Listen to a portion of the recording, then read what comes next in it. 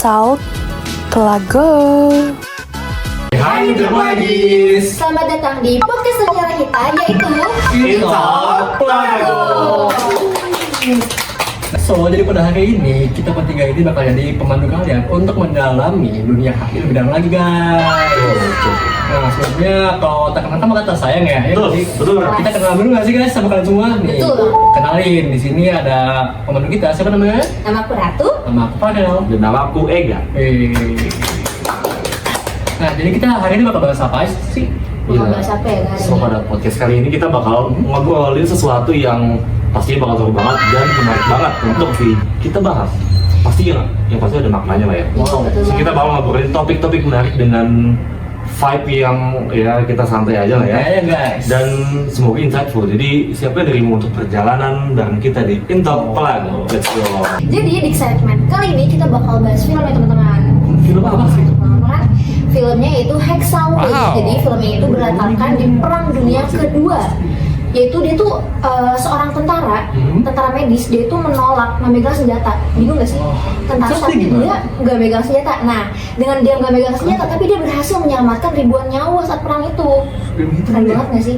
Tuh. Mending kalian juga Keren sih. tonton deh film Keren ini. ya. Karena sampai ada artikelnya teman-teman. Kenapa sih kita harus nonton film ini tuh? Nih artikelnya teman-teman. Ini artikelnya. Nah, Oke. jadi di artikel ini itu dibahas kayak kenapa sih kita harus nonton film ini, apa aja insight yang bakal kita dapat dari film ini. Dan film ini itu gak cuma untuk hiburan semata. Film ini tuh banyak banget pesan-pesannya, apalagi pesan-pesan untuk kita sebagai anak HI. Betul itu dia. Jadi terus ikutin kita sampai akhir, banyak banget poin-poin yang bakal kita relevansiin sama film ini. Oke?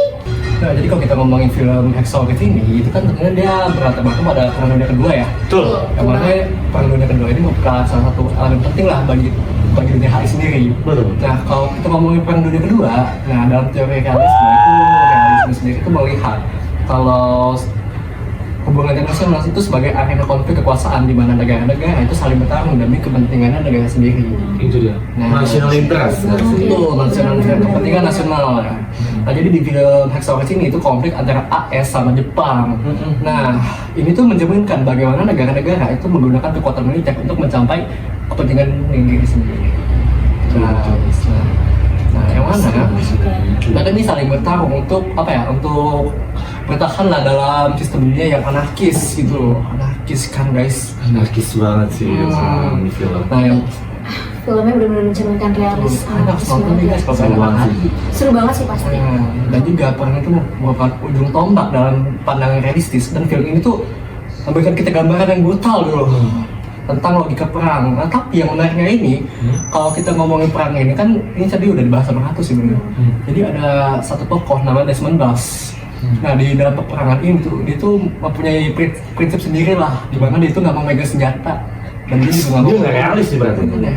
Nah, kalian pikir ya di peperangan kalian nggak mau megang senjata, tapi kalian mau jadi garda terdepan tuh gimana? Bingung nggak sih? Bingung banget sih. Itu ada lain sih. Nah, kita akan bahas itu sebentar lagi guys. Kalau realisme berbicara tentang konflik itu, kalau liberalisme itu berbicara tentang kerjasama yang lebih universal. Berarti filmnya juga terkait sama liberalisme ya? Liberalisme juga ikut-ikutan di dalam film. Bener-bener HI banget ternyata ini filmnya. Betul. Pas.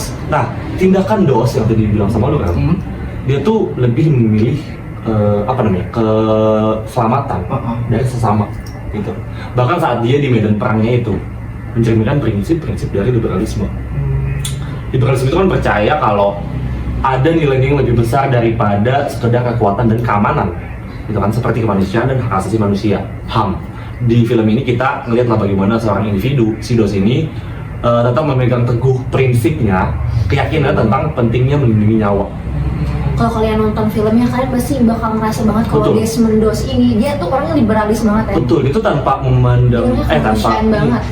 itu langsung selalu melindungi nyawa dan tanpa memandang status atau posisi lainnya. Bener banget. Gue inget banget tuh ada satu Betul. scene yang gue tonton, di mana si Desmond Doss ini dia tuh nyelamatin tentara Jepang. Ah iya, gue inget scene itu Nah, guys. ya bahkan tentara Jepang kan itu musuh mereka ya. Iya. Otomatis mereka tuh mereka Tapi dia masih sempat nyelamatin. Iya. Wow. Makanya gue sampai gak habis pikir, musuhnya aja diselamatin loh. Iya, ini tuh seolah kayak ngasih pesen gitu bahwa Bener-bener. bahkan di tengah perang aja ada ruang untuk kerjasama dan apa dia saling ini ya, kemanusiaan, balik lagi kemanusiaan. Liberalis banget ya. Menarik lagi ini ada loh artikel yang membahas ini dari sisi HI. Wow. Oh, ada Itu juga. liberalisme. Ini artikel. Nah, Menurut data yang aku baca, film ini tuh relevan banget nih sama konstruktivisme. konstruktivis. Ada kan Teori juga, teori juga teori keren HI. banget kan film ini bisa disangkut Udah pautkan. realisme. Itu dia. Betul, dia, betul itu banget, dia. betul banget. Karena konstruktivis itu kan menekankan bagaimana ide, norma, dan proses.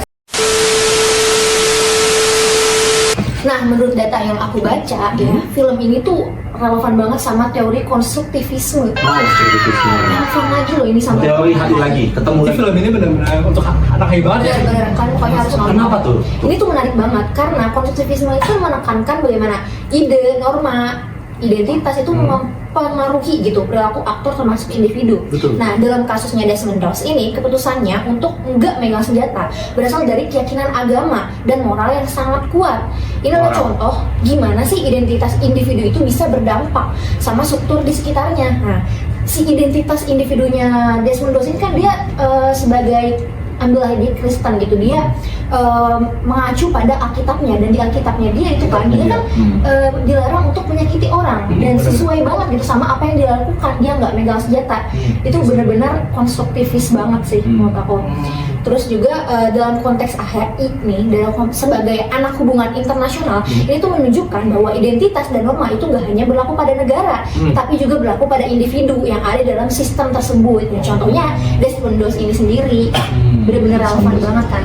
Benar-benar pengaplikasian setiap teori itu menurut aku ada gitu di dalam film ini, entah dari Desmond Doss-nya, entah dari tentara Jepang atau AS-nya, itu benar-benar ada gitu di dalam setiap aspek-aspek film ini. Kita udah ngomongin dari 3 macam aspek. Nah, bakal ada juga aspek terakhir, apa itu? Jadi film ini juga ngaitin aspek moral dan etika. Moral dan etika. Kali ini kita bakal ngomongin soal Menarik nih moralnya. kita bakal ngomongin soal etika Hacksaw Ridge ini. Nah, jadi di film Hacksaw Ridge ini, dia tuh memberikan banyak bahan refleksi soal moralitas perang. Nah, ini tuh terkait dengan salah satu isu dalam HI, yaitu Just War Theory atau teori perang yang adil. Pernah dengar gak sih Oh, ini? iya. Pernah dong pastinya ya. Pernah dong. Nah, jadi si Desmond Doss ini tuh dia menolak kekerasan, tapi tetap memilih untuk terlibat dalam perang itu dengan cara dia membantu orang lain. Nah, dia tuh jadi kan dia jadi tenaga medis ya. Tenaga medis ya. Tenaga medis ya benar.